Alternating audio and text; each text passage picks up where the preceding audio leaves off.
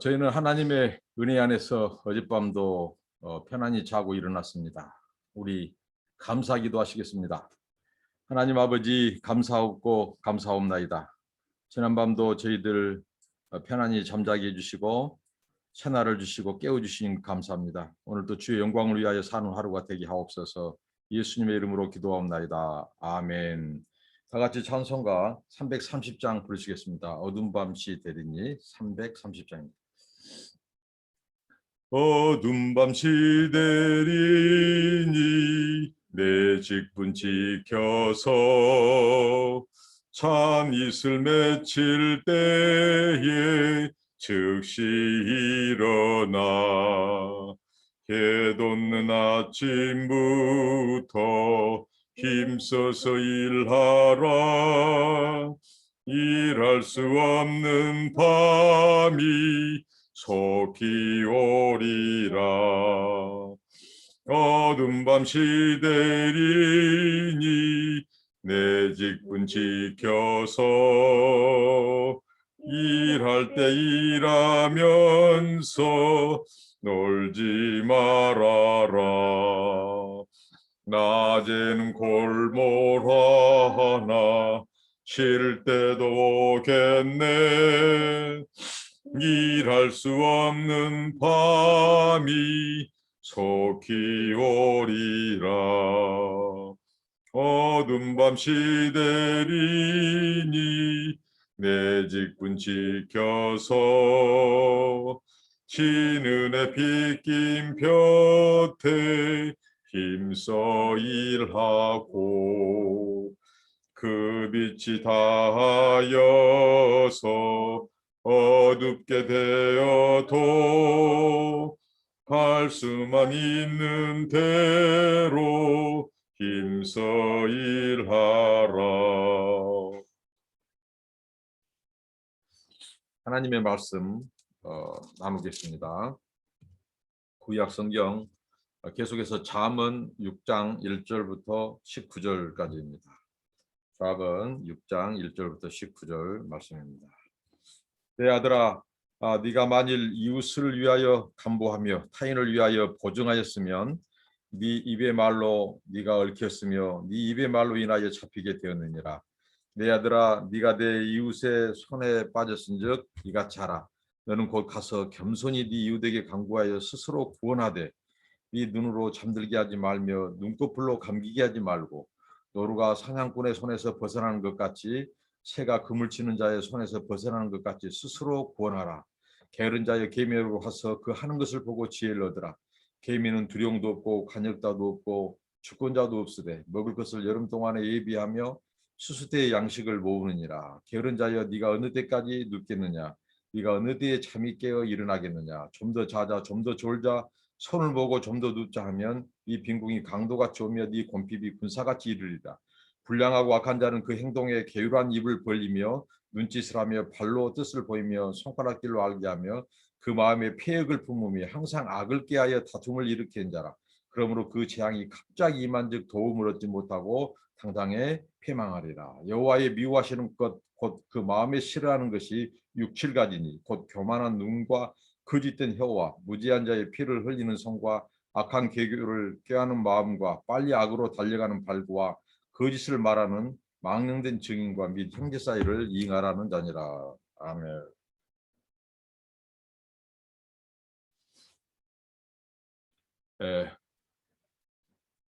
하나님의 말씀 성경은 우리를 구원에 이르게 하는 지혜를 주십니다. 이게 성경을 기록하는 제일 목적이죠. 그러면서 성경은 비단 우리를 구원에 이르게 할 뿐만 아니라 우리 일상생활, 우리 삶의 구석구석 영역에까지 어떻게 살아야 될지, 어떻게 사는 것이 인생을 지혜롭게 사는 것인 것을 가르쳐 줍니다. 오늘 특별히 말씀의 시작은 이 보증 문제, 이 담보, 보증 문제를 다루고 있습니다. 비단 이 담보 쓰는 것, 이 보증 쓰는 것은 오늘 이 본문에서뿐만 아니라 성경의 이 잠언에서도 계속 다루어지는 주제이죠. 정말 이 세상 살다 보면 우리가 사람과의 관계를 하다 보면 우리의 친척과의 관계, 뭐 이웃과의 관계, 지인들 이렇게 사람들을 알고 사는 데에 또 살다 보면 이 보증 서는 것, 이 우리가 담보인이 되는 것, 이런 일들이 다 한두 차례 또 많게는 여러 번 이렇게 그런 경우가 생길 것입니다. 오늘 이 말씀의 이 저자인 솔로몬 왕 시대에 아주 경제적으로 부강했고 번영했습니다. 그럴 때 이 상거래, 국제 간의 무역 이런 것도 활발했죠. 이 보증과 담보는 특별히 이 경제가 활발하고 상거래가 활발할 때 또 주어지는 것이 이 바로 보증 서는 것이죠. 담보인이죠. 이런 것들이 있는데 오늘 이 말씀도 이렇게 시작합니다. 그러니까 항상 잘 나가고 또 번영, 또 상거래 이럴 때에 또 사람과의 거래할 때 조심해야 될 것이 바로 이 보증 서는 것이죠. 오늘 이 말씀에 있어서 아버지는 이렇게 아들을 깨우칩니다. 내 아들아 하고요. 네가 만일 이웃에게 이 담보 서는 일, 보증인이 되을 때가 있을 것이다. 그럴 때 너는 이렇게 하라고 권면을 합니다. 자, 이 핵심은 이렇습니다. 이 보증 서는 것은 할 수만 있으면 너가 아들아, 너가 빨리 급히 이 문제를 해결해야 된다. 정말 아들을 사랑하는 아버지의 마음이 여기에 담겨 있습니다. 쉽게 말하면 담보 또 이 보증 잘못 서면요. 그것이 해결될 때까지 참된 안식, 평강, 쉼, 휴식이라든가 이 잠을 잘 수가 없다는 것입니다. 그러니까 어떻게든지 이 부분을 빨리 해결하고 처리해라. 그러니까 아버지의 사랑하는 마음이죠. 그러니까 우리가 사람을 어떻게 보면 유하다가 정말 이웃과 친척들을 생각하다가 친구를 생각하다가 이 담보를 서주고 보증인이 되죠. 그렇게 될 경우 그 친구가 돈을 다른 사람의 빚을 쓴 사람이 열심히 일하고 열심히 땀 흘려서 그것을 갚아가면 문제가 안 돼요. 그런데 우리 인생사는 항상 돌발 상황이 발생합니다. 마음대로 뜻대로 안 됩니다. 그럴 때 곤란을 겪게 되고 위기가 닥친다는 것입니다. 그리고 또 이것을 의도적으로 또 악용하는 친구들이나 이 보증을 요구했는데 딱 보증을 서주고 담보인이 되어줬어요. 그런데 최선을 다해서 자기가 빚진 것에 대해서 열심히 이 채무자로서 의무를 다해야 되는데 그 보증 서주는 것을 믿고 또 태만하게 그 채무의 의무를 다하지 않는 것 때문에 또 곤란을 겪게 됩니다. 그러면 정작 피말리고 이제 발을 둥둥 거린 사람은 누구일까요? 바로 이 보증 서준 사람이 문제가 됩니다. 왜? 그 채무자의 그 모든 이 의무 조항이 이 보증을 서준 사람에게 이관돼 버려요. 옮겨와 버려요. 그렇기 때문에 그것은 이제 그때부터 힘이 듭니다. 그러면 어떻게 해야 되냐? 이것을 지혜롭게 행해야 된다. 그러면서 3절에 이렇게 말합니다. 너는 겸손히 그 사람에게 가라. 그 사람에게 가서 네가 말할 때 얼른 이 업무를 이 당신의 임무를 다 하시오. 얼른 빚을 갚아라고. 이렇게 여기서 애원하는 정도가 아니라 강구해라 하는 말은 이 목을 조르 성가시게 해서라도 목을 조르기까지 해서라도 그 사람이 빚을 빨리 갚도록 그 사람에게 네가 이 문제를 스스로 풀어야 된다. 네가 해결한 네 문제다. 지금 나까지도 어렵게 됐다 하면서 그렇게 성가시게 해서라도 그것을 이행하도록 그렇게 해라는 것입니다.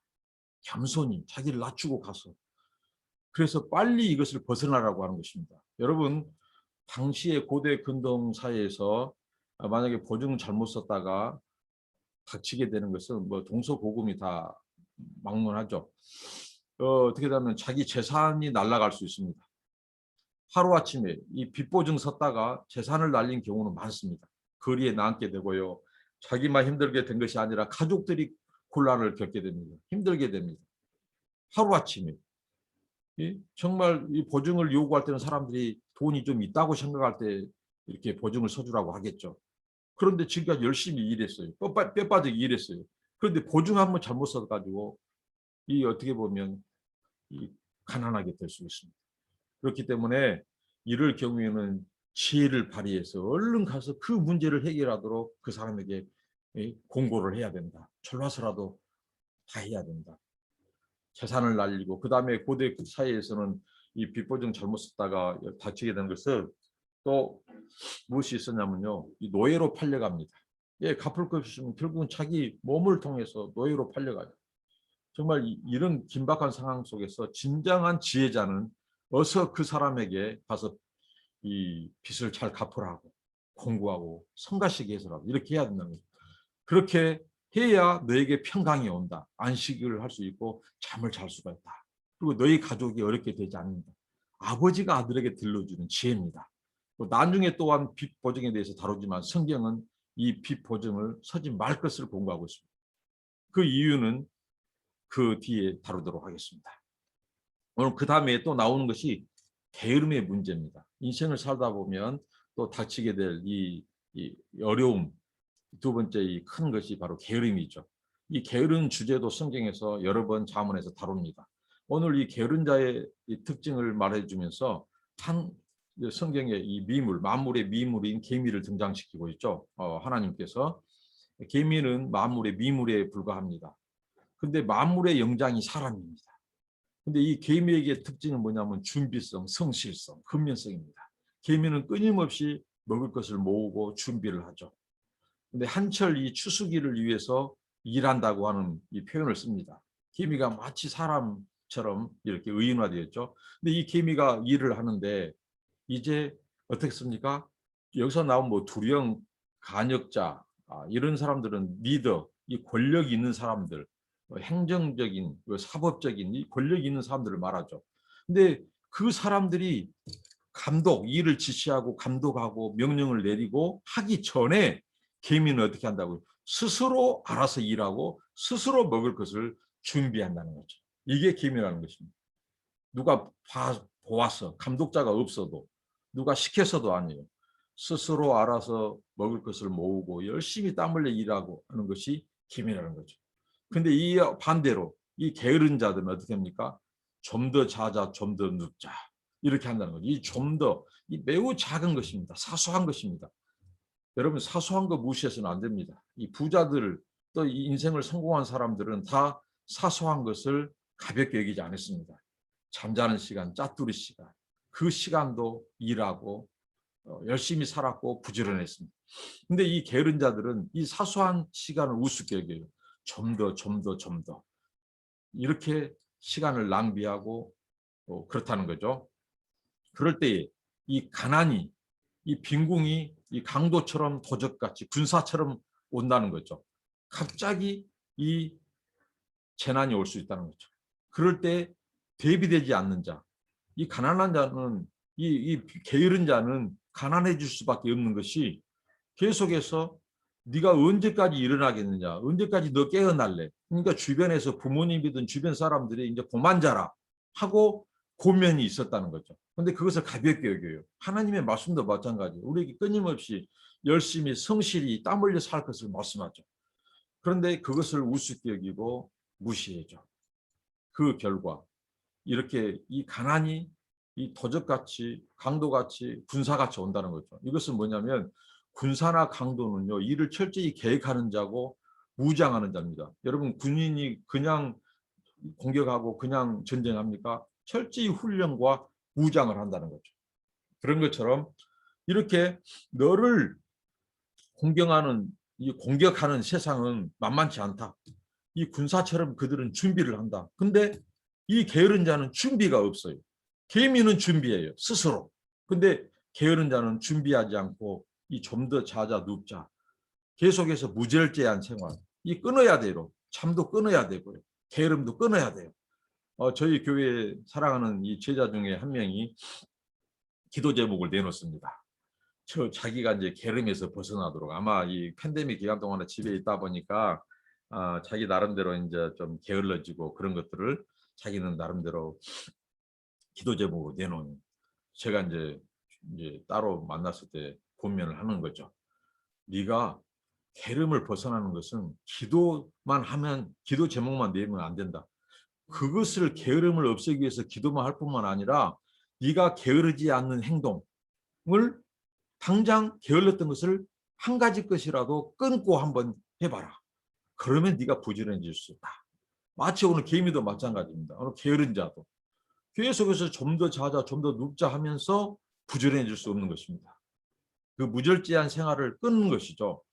그다음에 방종했던 생활을 끊고 정리하는 거죠. 이게 바로 게으름. 이 게으름은 가난과 직결됩니다. 정말 이 게으름 문제, 오늘 우리가 이 개미에게 가서 지혜를 얻어야겠습니다. 그리고 또 다룹니다. 그다음에 악인에 대한 경고를 다루는데, 악인은 누구냐? 이 다툼을 일으키는 자다. 근데 그 다툼을 일으키는 악인에 대해서 오늘 묘사하기를 이 불량자라 표현합니다. 성경에서 불량자라고 하는 표현들은 이런 표현에서 이 상관되어 있죠. 뭐냐면 적그리스도, 그다음에 이 방해꾼, 모사꾼, 그다음에 이 우상숭배자. 성경에서 악하고 악한 그 자들, 그런 죄인들을 일컬었을 때 쓰는 이 표현이 바로 불량자다. 이것은 언어의 이 벨리알은 이 사탄의 이 우두머리죠. 이 벨리알 같은 자다 이거죠. 이게 바로 불량자다 이거죠. 근데 이들은 자 마음에 악한 계교를 숨기고 있어요. 이 하나님 말씀은 그렇게 나옵니다. 그리고 혀로 입술로 거짓을 말하고 진리를 왜곡합니다. 남을 속입니다. 그러면서 자기의 이 악한 것을 일으키는데 어떻게 하냐면 손짓 발짓 하죠. 손으로 눈짓으로 그다음 눈짓으로 자기들끼리 이 악한 사인을 주고받고 그다음에 발은 보이지 않습니다. 이 발까지 동원해서 밑에서는 속이는 행동을 해야죠. 그다음에 이 손으로 또 역시 손가락질, 이것은 남을 조롱하고 모해하고 말이죠. 경멸하고 이런 행동을 한다는 거죠. 마음의 그 악한 기구를 숨기고 이 거짓으로. 그러면 자기의 이 본심은 숨어 있습니다. 그래서 그 악한 꾀를 도모하고 자기 악한 목적, 자기의 이익을 위해서 남에게는 이렇게 속이는 겁니다. 이들을 조심하라. 이 악한 자들을 조심하라. 이들이 불량자다. 벨리알 같은 자들이다. 이렇게 하나님의 말씀은 말합니다. 그러면서 이들의 궁극적인 행동은 어떻게 나타나냐? 바로 이렇게 다툼을 일으킨다는 거죠. 여러분 성경 말씀은 진리입니다. 성경은 이렇게 말씀합니다. 다툼이 있는 곳, 다툼이 있는 곳에는 항상 욕심이 개입한다는 것이죠. 탐심이 있는 곳에는 분쟁이 있느니라, 다툼이 있는 자라. 그러니까 이 벨리알, 이 불량한 자들은 자기의 계획 속에 항상 무엇이 있냐면요, 자기의 이득이 있습니다. 자기가 이루고자 하는 악한 목적이 있어요. 그 재물, 불이하게 또 모으려고 하는 재물, 이런 그 사기, 이런 것들이 숨어 있단 말입니다. 이것을 관철시키기 위해서 손짓 발짓 다 하고 손가락질로 다른 사람은 모해하고 음해해 가면서 자신의 목적을 이루려고 해요. 그러다가 보니까 다툼이 있는 거죠. 이들은 공동체에서 사람과의 관계에서 다툼을 일으키는 자들입니다. 왜? 자기의 목적과 이익을 관철시키기 위해서. 그래서 성경은 탐심을 물리쳐라. 이 모든 욕심 있는 곳에 다툼이 있다. 교회든 공동체든 다 보십시오. 나라의 정당들도 마찬가지죠. 자기 정당의 뭐 목표하고 목적이 있기 때문에 그것을 관철시키기 위해서 다툽니다. 사람도 마찬가지, 기업도 경제적인 것 다 마찬가지입니다. 그러니까 이 불량자들, 그들의 꾀, 그들의 마음, 그 숨은 것들을 조심해라. 그러니까 다툼을 일으키는 자들을 조심해라는 겁니다. 그리고 오늘 마지막으로 이렇게 말합니다. 하나님이 기뻐하시는 죄 7가지를 다뤄주고 있습니다. 누구를 위해서? 아들을 위해서. 솔로몬이 자기 자식들을 위해서 지금 고민합니다. 이 말씀은 곧 오늘 우리 시대, 우리들, 하나님의 자녀된 우리들에게도 교훈합니다. 무엇일까요? 하나님이 7가지 죄 싫어하는 것, 이것은 바로 이거죠. 하나님께서 비단 7가지만 하겠습니까? 성경의 숫자는 상징적입니다. 하나님의 숫자 7, 또 완전수라고 하죠. 그러니까 하나님이 이 죄들을 미워한다는 거죠. 결국은 하나님이 싫어하는 죄를 짓지 마라. 근데 그 죄를 7가지로 상징적으로 보여주고 있어요. 자, 먼저는 그 마음에 싫어하는, 하나님이 마음에 싫어하는 것은 교만한 눈입니다. 여기서 교만하다는 말은 눈이 높아지는 것을 말하죠. 항상 거만은 눈이 높아지는 겁니다. 근데 이 눈은 무엇을 반영하냐면요, 마음의 상태를 반영합니다. 마음이 높아지는 자는 눈이 높아집니다. 이 교만, 하나님이 싫어하시다는 거죠. 정말 우리가 겸손해야 되는 거. 하나님이 싫어하시기 때문에, 교만은 싫어하시기 때문에 겸손해야 돼요. 겸손은 무엇하고요? 자기 자신을 짓밟는 것이 겸손입니다. 이렇게까지 자기 자신을 짓밟아야 어떻게 교만하지 않을 수 있어요. 그 다음에 또 거짓된 혀. 이 혀, 이것은 진리를 왜곡하는 거고, 그 다음에 거짓말을 하는 것이 바로 이 거짓된 혀라는 거죠. 하나님은 거짓된 혀를 싫어합니다. 참소하는 거, 아첨하는 거, 이 부정직하는 말, 거짓말, 이런 것들, 진리를 왜곡합니다. 그 다음에 또 하나는 무엇입니까? 무죄한 자의 피를 흘리는 손. 성경에는 이 손을, 피 묻은 손을 말하죠. 다른 사람을 해하다가 흘리는 손. 여기서 악인들, 거만한 자, 미련한 자들을 설명할 때 성경에서 그 손이 이 다른 사람들을 이렇게 피 흘리게 하는 것으로 표현하죠. 항상 다른 사람들을 못되게 하는, 피 흘리게 하고 자기의 목적을 관철시키고 자기 이익을 위해서, 탐심을 이루기 위해서 피를 흘리는 그 손을 하나님은 싫어합니다. 그리고 무죄한 자의 피를 흘리는 손뿐만 아니라 악한 계교를 깨하는 마음, 그 마음, 항상 이 마음에서부터, 악한 생각에서부터 시작됩니다. 그래서 성경은 네 마음을 지키고 마음을 다스리라고 말씀합니다. 이 마음에서부터 모든 것이, 그래서 인격의 자소죠. 마음, 우리 행동이 마음에서부터 나옵니다. 이것 하나님이 이런 마음을 싫어하고, 그다음에 빨리 악으로 달려가는 발, 이 발, 결국은 마음이 정하는 대로 우리는 행동하는데, 그 행동하는 첫 번째 단계는 발이 이동합니다. 정말 이 발, 빨리 악으로 달려가는 발을 조심하는 거죠. 그다음에 거짓을 말하는 망령된 증인, 이 증인, 이 유증하는 것, 대인관계에서 우리 사회에 살면서 여러분, 이 거짓 증인들, 잘못된 유증해가지고 얼마나 공동체가 힘들고 나라가 힘들고 또 가정이 힘들고 그렇습니다. 그러니까 하나님은 여러 율법에서, 뭐 예수님도 마찬가지죠. 이 두세 증인, 이 증인 제도, 잘못 이 유증하는 것이 얼마나 많은 피해를 일으키는가, 다른 사람을 아프게 하는가. 이게 참된 증인이 되라는 거죠. 그리고 이간질하는 것입니다. 형제사를 이간질하는 것. 이것은 불목을 심는 것. 이거 다툼과 분쟁을 보내는 자를 이간자라고 이렇게 성경은 말합니다. 다툼을 일으켜요. 분쟁을 보내버려요. 이간질. 그래서 예수님께서는 피 흘리기까지 그분은 화목을 위해서 당신이 죽어주셨죠. 이게 바로 그리스도의 삶, 지혜자의 삶이라는 것입니다. 근데 이 앞에 4장에서 말씀했죠. 무릇 네 마음을 지키라 하고, 네 눈은 하나님의 늘 말씀의 법에 눈이 가 있어야 된다. 네 입은 하나님의 진리를 말해야 된다. 하나님의 지식이 있어야 된다. 그리고 너의 발은 차로나 우로나 치우치지 않고 고든 길을 향해 가라. 네 눈은 앞을 향해 봐라. 눈꺼풀은 살펴라. 그러니까 하나님의 기뻐하시는 그 삶, 그 말씀, 법도를 향해서 앞을 보고 차로나 치우치지 말고. 그러니까 우리가 하나님이 기뻐하시는 삶을 살기 위해서 너의 백체, 네 몸을 의의 병기로 드리라. 로마서 사도 바울은 그렇게 했죠.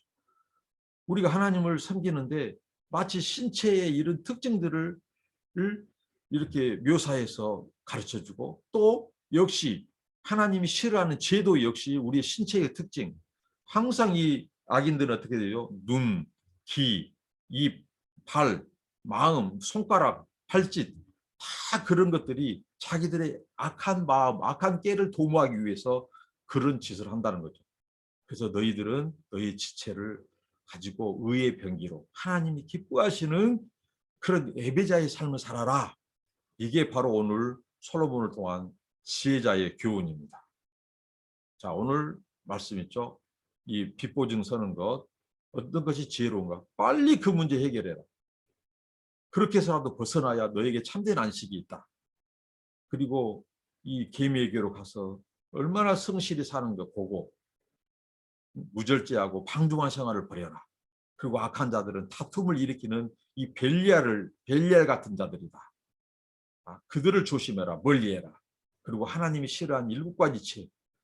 근데 너희는 너희 눈과 마음과 코와 귀와 손과 발과 모든 것, 하나님이 기뻐하시는 그런 의의 병기, 그런 예배하는 삶을 살아라. 이게 결론입니다. 감사합니다. 오늘 하루도 남은 우리 일생도 지혜자로서 살기를 축원드립니다. 기도하시겠습니다. 하나님 아버지 감사합니다. 오늘 우리에게 말씀 주신 것 감사합니다. 이 말씀대로 우리가 지혜롭게 우리 인생을 경영하고 살도록 도와주시옵소서. 늘 우리를 넘어뜨리고 우리에게 평강을 빼앗아가고 다툼을 일으키고 분쟁을 일으키고 가난하게 하는, 우리를 죄짓게 하는, 하나님이 기뻐하시는 삶에서 벗어나게 하는 이 악인들의 꾀, 또 아버지 하나님 이런 유혹들, 이런 죄들을 멀리하고 끊고 아버지 하나님, 우리가 하나님을 예배하는 삶 속에 예배자 되게 하여 주시옵소서. 예수님의 이름으로 기도합니다. 아멘. 오늘 또 이 말씀을 교훈 삼아 즐겁게 행복하게 살면서 하나님을 높이는 한 날이 되기를 축원드립니다. 감사합니다.